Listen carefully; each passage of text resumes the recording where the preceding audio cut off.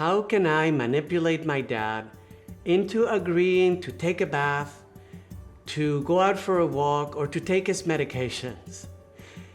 Now, this is one of the really frequent questions that I get. How can I get some degree of cooperation from my loved one with dementia in doing things that will help them out?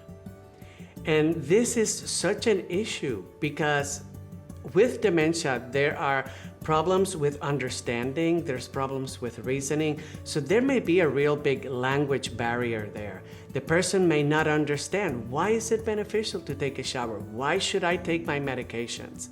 And there are some basic things that we can do to increase our chances of success in getting our loved ones to do things that are beneficial for them.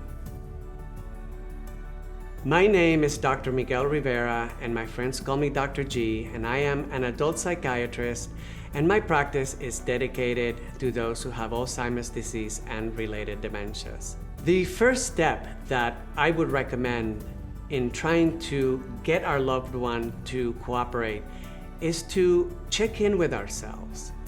Take a moment, and before you even approach your loved one, how are you feeling? Take a second to self-evaluate. Are you feeling angry? Are you irritable? Are you in a rush? Or are you feeling calm and peaceful and you have enough time to go at their pace rather than to go at your pace? And this is important because we definitely want to avoid power struggles. The clearer you are, the slower you go, the more time you have for them, the more that you can go at their speed, the less likelihood of getting into a power struggle and getting them to get agitated or confrontational with us. So that's something that is really, really important. Check in with yourself and make sure that you are in the right mental state. I believe we all have an innate desire to help. And when we ask someone with dementia to help, it can make such a dramatic difference. It is actually the most common intervention that I use. If there is a patient who's agitated or having problems, I always approach from the front and say, "Can you please help me? I need some help." And in the majority of cases, that is enough to help to redirect whatever behavior is happening and introducing some new distraction or a new way to approach things. Like, let me give you an example. We had a patient in our unit who would sundown, get agitated in the afternoons, and would be very, very difficult to redirect. And actually, we had tried her on different medications and she didn't tolerate them. So we were kind of in a pickle. And we called the family and said, what do you recommend? What are things from her past that you think we can use to help with these behaviors? And the daughter told us that she used to have a laundromat and that she would spend hours folding clothes. So we went, wow, this may be the ticket. So what we did was that we brought in a big pile of clothes and cloth napkins, and we asked her, said, "Can you please help us with this?" And soon enough, she stopped the wandering, she sat down at the table with the pile of clothes and just sat there peacefully folding clothes. And we gave her enough clothes to fold clothes for maybe about 20 minutes. And when she finished that, she was able then to move on to dinner and there were no further behaviors. So this is such a good example about the power of asking for help. Another thing that is really beneficial is to use simple, easy to understand language.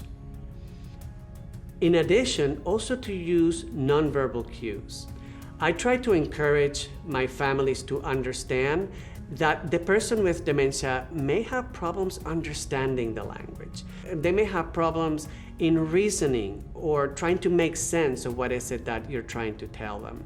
So to use simple language as if you were talking, let's say, to a younger child that you know that their domain of language is not great, that would be the way in which I would approach.